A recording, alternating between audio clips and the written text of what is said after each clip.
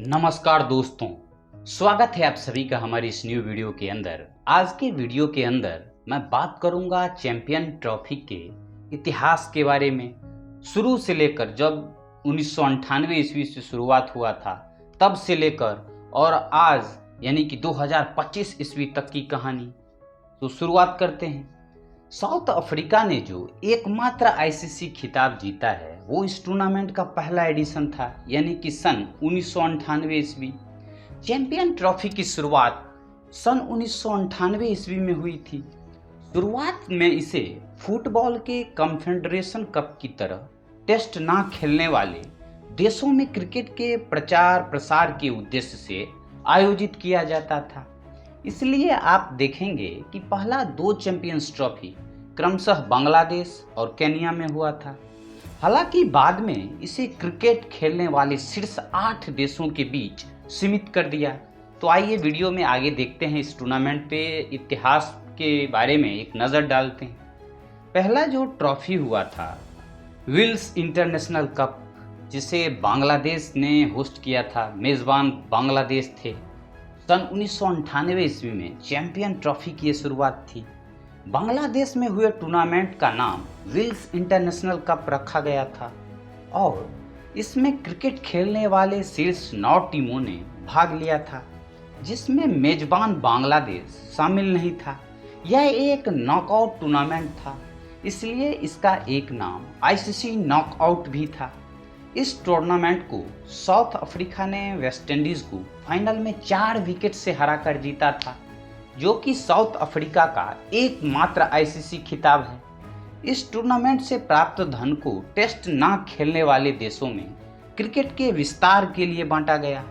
सचिन तेंदुलकर की शतक के मदद से ऑस्ट्रेलिया को क्वार्टर फाइनल में हराकर भारत सेमीफाइनल में पहुंचा था, लेकिन सेमीफाइनल में उन्हें वेस्टइंडीज के हाथों 6 विकेट की करारी हार मिली और भारत का सफर वहीं रुक गया।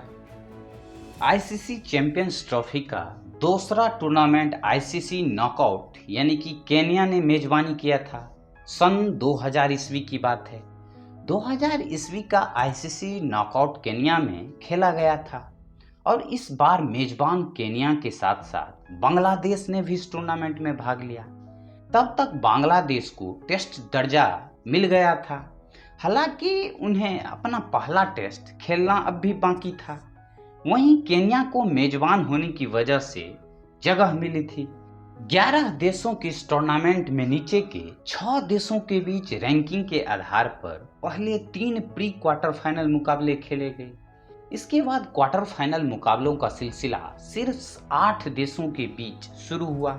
भारत ने फिर ऑस्ट्रेलिया को हराकर सेमीफाइनल में प्रवेश किया और इस बार वे वहां से भी आगे बढ़ने में सफल रहे। हालांकि फाइनल में कप्तान सौरव गांगुली के शतक के बावजूद उन्हें न्यूजीलैंड ने 4 विकेटों से हरा दिया। इस टूर्नामेंट को सौरव गांगुली के लिए याद रखा जाता है और उन्होंने 4 पारियों में 116 की औसत से 348 रन बनाए थे, जिसमें सेमीफाइनल और फाइनल का शतक शामिल है। इस टूर्नामेंट के जरिए युवराज सिंह ने अंतर्राष्ट्रीय क्रिकेट में कदम रखा था और ऑस्ट्रेलिया के खिलाफ अपनी पहली अंतर्राष्ट्रीय पारी में ही नाबाद 84 रन ठोक डाले थे। Champions trophy 2002 Sri Lanka.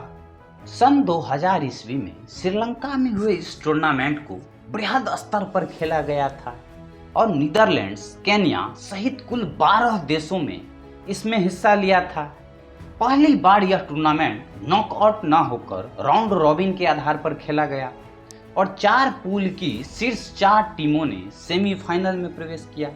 भारत फिर से सेमीफाइनल में साउथ अफ्रीका को हराकर लगातार दूसरी बार फाइनल में पहुंचा। वहीं मेजबान श्रीलंका ऑस्ट्रेलिया को हराकर फाइनल में था। हालांकि दोनों टीमें दुर्भाग्यशाली थी कि लगातार 2 दिन 2 अलग अलग मैच होने के बावजूद भी विजेता का फैसला नहीं हो पाया और दोनों टीमों को अंत में संयुक्त रूप से विजेता घोषित किया गया था। दरअसल सितंबर के महीने में कोलंबो में आयोजित इस फाइनल में लगातार बारिश की बाधा आती रही और रिजर्व डे होने के बावजूद मैच पूरा नहीं हो सका था। हालांकि उस समय के नियमों के अनुसार रिजर्व डे पर मैच पिछले दिन से ही शुरू होने की बजाय एक नया मैच शुरू हुआ। श्रीलंका की टीम ने दोनों दिन पहले बल्लेबाजी करते हुए पूरे 50 ओवर बल्लेबाजी किए, लेकिन भारतीय टीम दोनों दिन 10 ओवर भी नहीं खेल पाई। एक साथ ट्रॉफी पकड़कर फोटो खिंचवाते आप सनत जयसूर्या और सौरव गांगुली का फोटो देख सकते हो, जो कि अब भी बहुत ज्यादा वायरल तस्वीरों में से एक है। Champions trophy 2004 England. इस बार फिर से इस टूर्नामेंट में 12 टीमें थी। हालांकि नीदरलैंड्स की जगह पहली बार यूएसए ने इस टूर्नामेंट में भाग लिया था। 2002 की ही तरह 4 पूल में टीमों ने राउंड रॉबिन मुकाबला खेला और फिर सेमीफाइनल मुकाबले हुए। भारत, पाकिस्तान और केन्या के साथ पूल सी में था। उन्होंने केन्या को तो आसानी से 98 रनों से हरा दिया, लेकिन पाकिस्तान की चुनौती से नहीं निपट पाए। आखिर ओवर तक चले एक रोमांचक मुकाबले में मोहम्मद यूसुफ की नाबाद 81 रनों की मदद से पाकिस्तान ने भारत को 3 विकेट से मात दी और पहली बार भारत इस टूर्नामेंट के सेमीफाइनल में नहीं पहुंच सका था। फाइनल में मेजबान इंग्लैंड को 2 विकेट से हराकर वेस्ट इंडीज की टीम ने पहली बार इस टूर्नामेंट को जीता था। Champions trophy 2006 Bharat. पहली बार यह टूर्नामेंट भारत में आयोजित हुआ था और लगातार दूसरी बार ऐसा हुआ कि भारत इस टूर्नामेंट के सेमीफाइनल में नहीं पहुंच सका था। इस बार टेस्ट खेलने वाले 10 देशों ने इस टूर्नामेंट में हिस्सा लिया था और ग्रुप मुकाबले के अंकों के आधार पर सेमीफाइनलिस्ट का फैसला हुआ। भारत ने इंग्लैंड को 4 विकेट से हराकर टूर्नामेंट की अच्छी शुरुआत भी की थी, लेकिन वेस्टइंडीज और ऑस्ट्रेलिया ने उन्हें लगातार मैचों में हराकर टूर्नामेंट से बाहर कर दिया।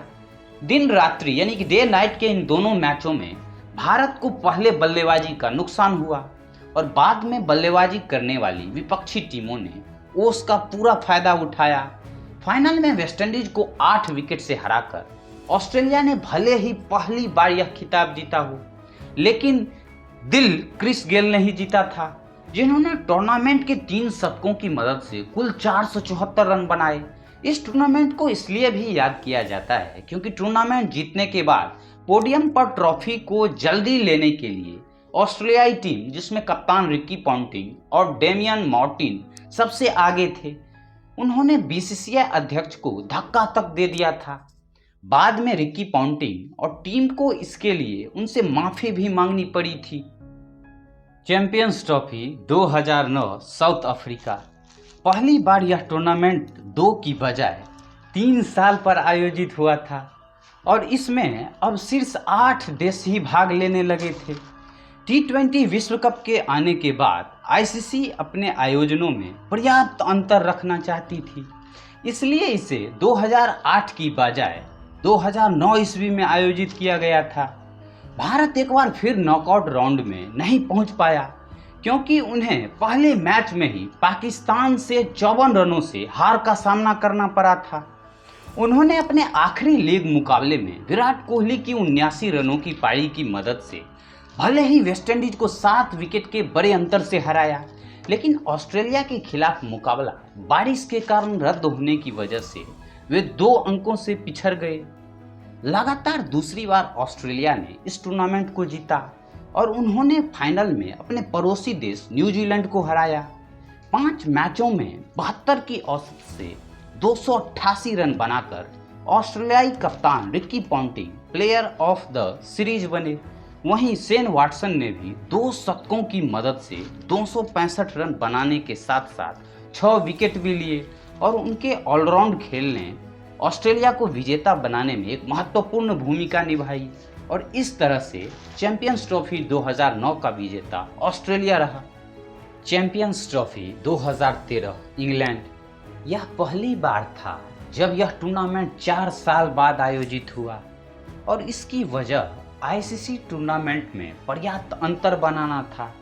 इंग्लैंड में आयोजित दूसरी बार इस टूर्नामेंट में भारतीय टीम पहले मैच से ही हावी रही और उन्होंने अपने तीनों ग्रुप मुकाबले क्रमशः साउथ अफ्रीका, वेस्ट इंडीज और पाकिस्तान को हराकर जीते थे।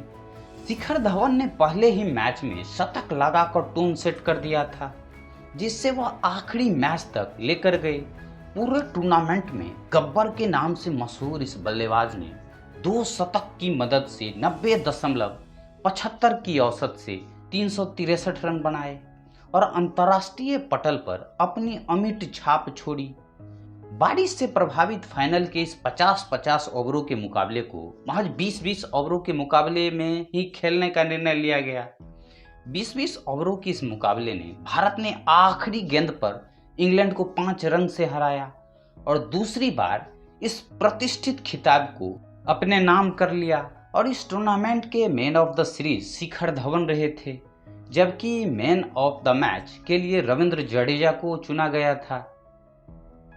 Champions trophy 2017 England.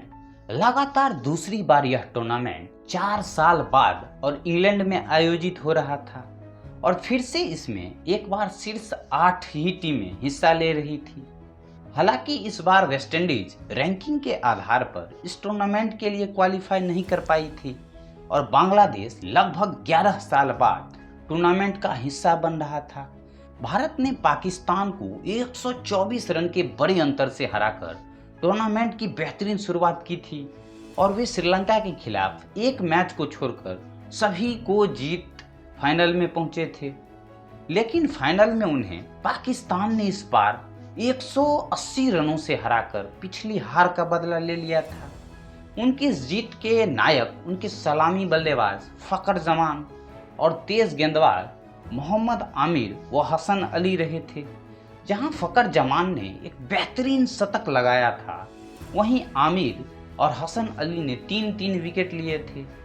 एक शतक और 2 अर्धशतक की मदद से शिखर धवन ने फिर से टूर्नामेंट में सर्वाधिक 338 रन बनाए थे, लेकिन वह भी फाइनल में भारत के अन्य बल्लेबाजों की ही तरह विफल रहे थे।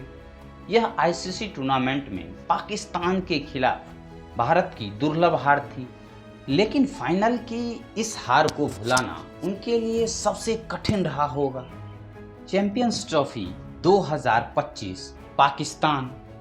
चैंपियंस ट्रॉफी 2025 का होस्ट यानी कि मेजबान पाकिस्तान देश है, जबकि इसको 2 ग्रुप में बांटा गया है। ग्रुप ए के अंदर इंडिया, पाकिस्तान, बांग्लादेश, न्यूजीलैंड, जबकि ग्रुप बी के अंदर ऑस्ट्रेलिया, इंग्लैंड, साउथ अफ्रीका और अफगानिस्तान। ग्रुप ए के अंदर अब तक खेले गए मैचों में भारत ने अपने 2 मुकाबलों में 2 मुकाबले जीते हैं। न्यूजीलैंड ने एक मुकाबले में खेले गए मुकाबले में 1 मुकाबले जीते, जबकि पाकिस्तान अपने 2 मुकाबले दोनों हार चुका है और बांग्लादेश वो भी 1 मुकाबला खेला और 1 हारा। जबकि ग्रुप बी के अंदर अब तक खेले गए मुकाबलों में ऑस्ट्रेलिया और साउथ अफ्रीका ने 1-1 जीत हासिल की है, जबकि इंग्लैंड को और अफगानिस्तान को 1-1 हार का सामना करना पड़ा है।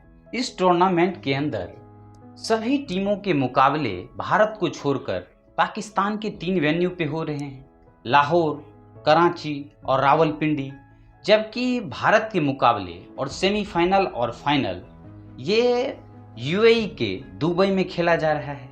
और अब तक खेले पाकिस्तान ने अपने 2 मुकाबले के अंदर 2 हार के साथ मेजबान की इस टूर्नामेंट से लगभग सफर समाप्त होने की संभावना है।